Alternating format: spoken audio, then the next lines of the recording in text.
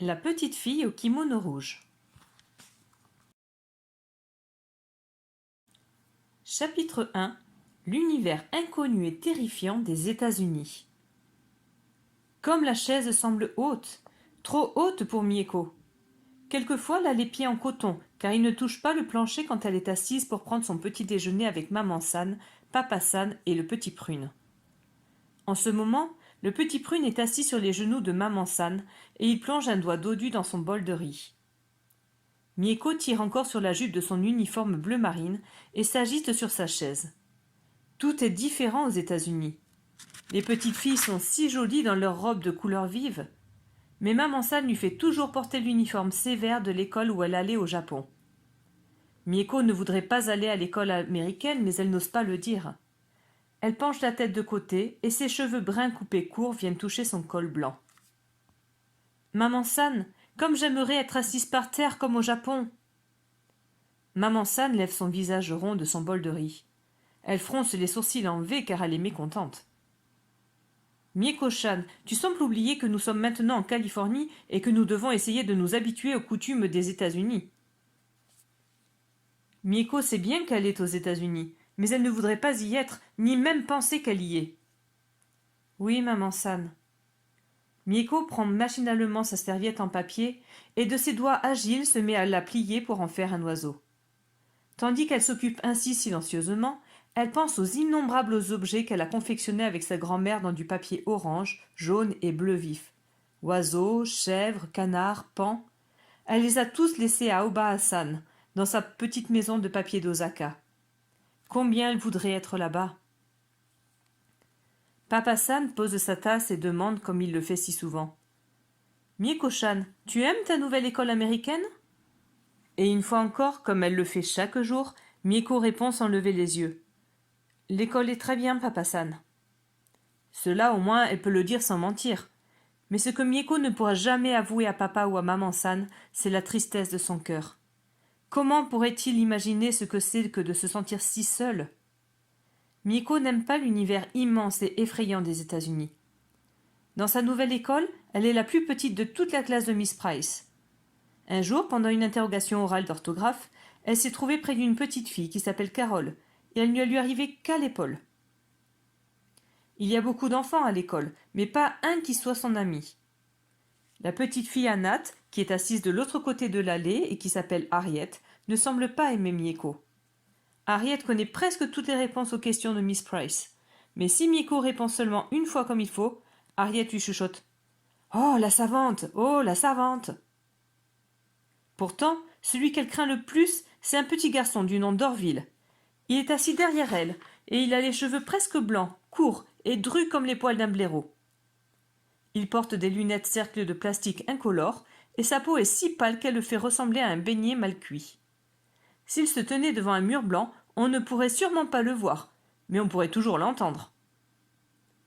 À la seule pensée de ce qu'il lui a dit la veille pendant que Miss Price écrivait des soustractions au tableau, Mieko ne peut s'empêcher de frissonner comme si elle avait froid. Il a menacé Mieko de lui passer le doigt dans son taille-crayon à la récréation si elle ne lui prêtait pas immédiatement une feuille de copie. Et le jour précédent, il a été jusqu'à l'appeler la puce. Pourquoi la comparer à une aussi méchante petite bête? C'est sûrement la pire des insultes. Au moment où elle s'apprête à plier les ailes de son oiseau de papier, Mieko entend la voix de Maman San qui semble venir de très loin. « Qu'est-ce que tu fais, Mieko-chan? Ce n'est pas le moment de penser à l'origami. Mange! Il est bientôt l'heure de partir. » Mieko sort de son rêve. Elle hésite et murmure pourtant. « Est-ce que je ne pourrais pas étudier à la maison ?» Maman San est sur le point de répondre, mais Papa San lève la main pour l'en empêcher. Ses yeux se plissent en un sourire. Papa San est jardinier. Il est capable de faire pousser des plantes même dans une rue pleine de voitures. Et il aime toutes les plantes, car il pense que chacune a une âme et que l'on doit respecter. Il se met à parler lentement. « Mieko-chan, quelle graine as-tu plantée dans ce pays des États-Unis? L'amitié aussi doit être plantée avant de pousser. » Oui, Papa San, dit Mieko. Mais elle se demande ce qu'il veut bien dire. Elle n'a aucune envie de planter des graines dans ce pays étranger. Elle n'a qu'un désir, le quitter. Mieko prend son mince obento de métal. Elle le tient dans sa main avec un livre de classe qui est à peu près de la même taille. Juste comme elle commence à descendre les marches du perron, Mieko aperçoit une petite fille blonde qui passe en traînant les pieds dans les feuilles et en faisant virevolter sa jupe rouge fleurie.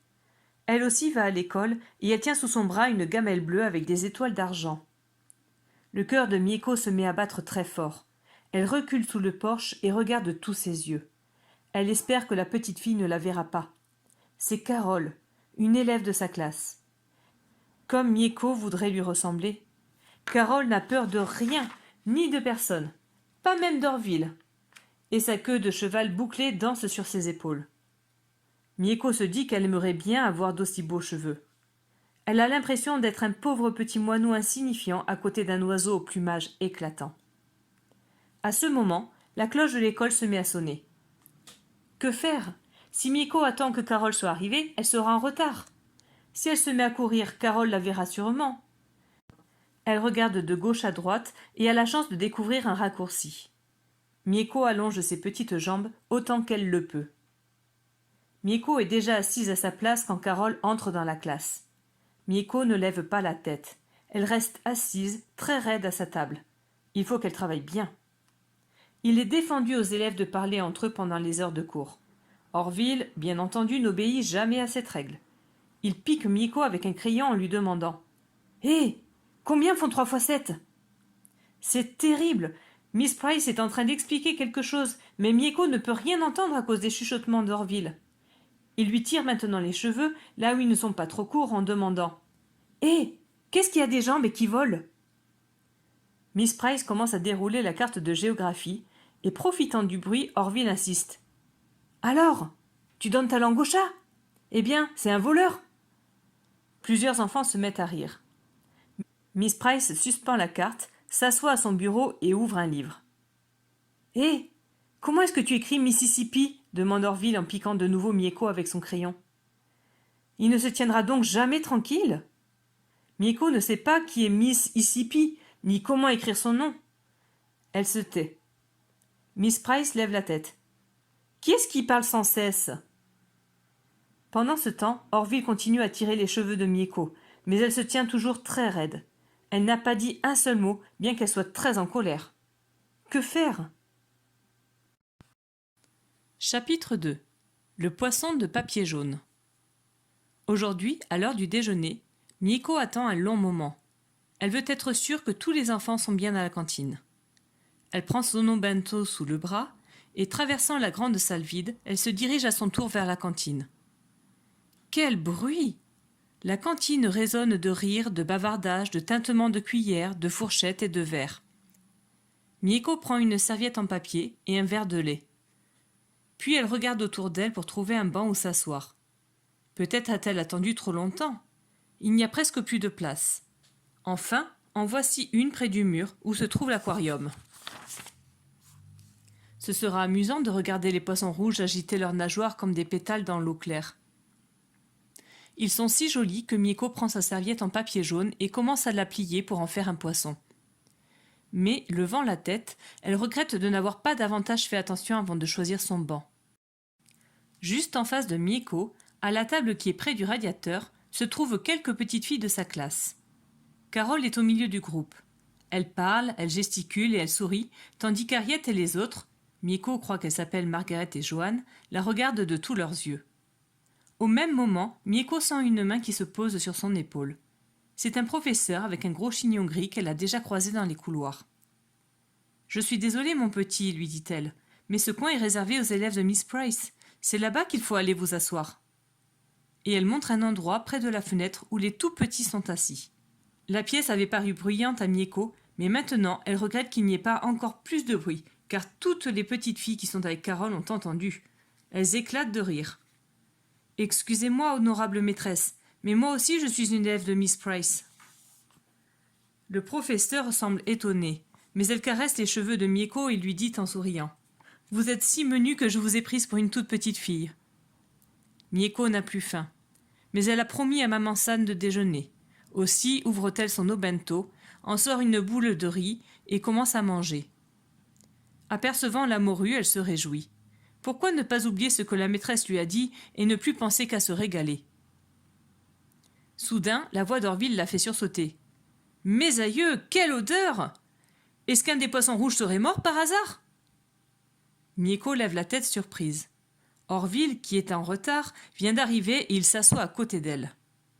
À la table voisine, les petites filles reniflent en faisant semblant de chercher partout. Harriet se penche pour regarder sous la table. Orville ajuste ses lunettes sur son nez pour mieux voir ce qu'il y a dans l'eau bento de Mieko. « Hé, qu'est-ce que c'est que ça ?» demande-t-il en montrant les boulettes de riz. Puis il ajoute tout fort. « Hé, par ici les filles, un poisson mort, et elles le mangent !» Les petites filles se mettent à pouffer. 2 grosses larmes noient les yeux de Mieko, et son nez la pique comme si on y enfonçait plein de petites aiguilles. Si elle ne le frotte pas bien vite, on va s'apercevoir qu'elle pleure. « Hé, là-bas, vous entendez? Elle le mange, ce poisson mort !» Harriet ricane de nouveau, mais Carole sourit à Mieko et s'adressant à Orville. « Tu ne voudrais quand même pas qu'elle le mange vivant ?» Joanne, Margaret, Harriet et Carole rient si fort qu'elles s'étranglent presque avec leur sandwich. Mieko les imite. Comptant sur l'hilarité générale pour cacher ses larmes, elle s'essuie les yeux et se frotte le nez. Quand ses compagnes se lèvent pour partir, Carole s'approche de Mieko et lui dit « Ne fais pas attention à ce qu'elle dit, c'est un poison !» Et elle donne à Orville une bourrade amicale en passant.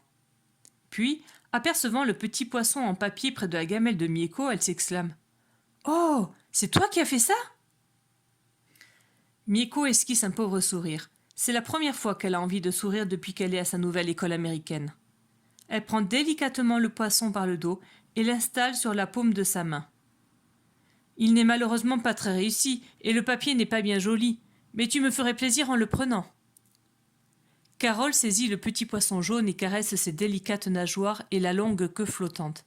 « Merci, je voudrais bien savoir en faire autant. » Mieko regarde vivement Carole. « Si tu veux que je te montre… » Mais Carole s'éloigne déjà vers ses amis qui l'attendent à la porte et elle n'a pas entendu. « Merci 1000 fois pour le poisson !» crie-t-elle en se retournant. Mieko les regarde sortir de la cantine en se demandant rêveusement quelle impression cela lui ferait d'avoir beaucoup d'amis et de ne plus avoir peur. Elle se sent déjà moins seule maintenant. Puis Mieko se demande ce que Papa San dirait, s'il penserait qu'un sourire et un poisson en papier sont de bonnes graines à semer pour récolter l'amitié. À l'école, les enfants sont très excités, car c'est ce soir la fête d'Halloween, et pendant le cours de dessin, Miss Price leur laisse carte blanche pour préparer des décorations. Cela rappelle à Mieko Obon, ou la fête des lanternes célébrée au Japon au mois de juillet. Cette nuit-là, elle suspendait selon la coutume ses plus jolis lampions, et la nuit semblait illuminée par des milliers de lucioles. Elle allait au temple avec Papa San et Maman San et dansait dans la rue. Les lanternes avaient pour but d'éclairer les esprits des morts pour les guider vers la terre. Mieko aurait bien voulu raconter tout cela aux autres enfants, mais elle était trop timide et elle pense que cela ne les intéressera pas. Mieko essaie de faire des dessins comme les autres, mais elle ne sait pas bien s'y prendre. Carole a peint une sorcière toute noire avec un bonnet pointu à cheval sur un balai. À la récréation, Mieko décide de suivre les conseils de Maman San et de se montrer aimable. Harriet et Margaret sont en train de jouer à un jeu qui consiste à lancer un caillou entre des lignes tracées sur le sol. Mieko s'approche et sourit. Mais, comme elle ne sait que dire, elle reste à les regarder, debout près de la balançoire. Harriet lance son caillou et saute sur les 2 premiers carrés en équilibre sur un pied.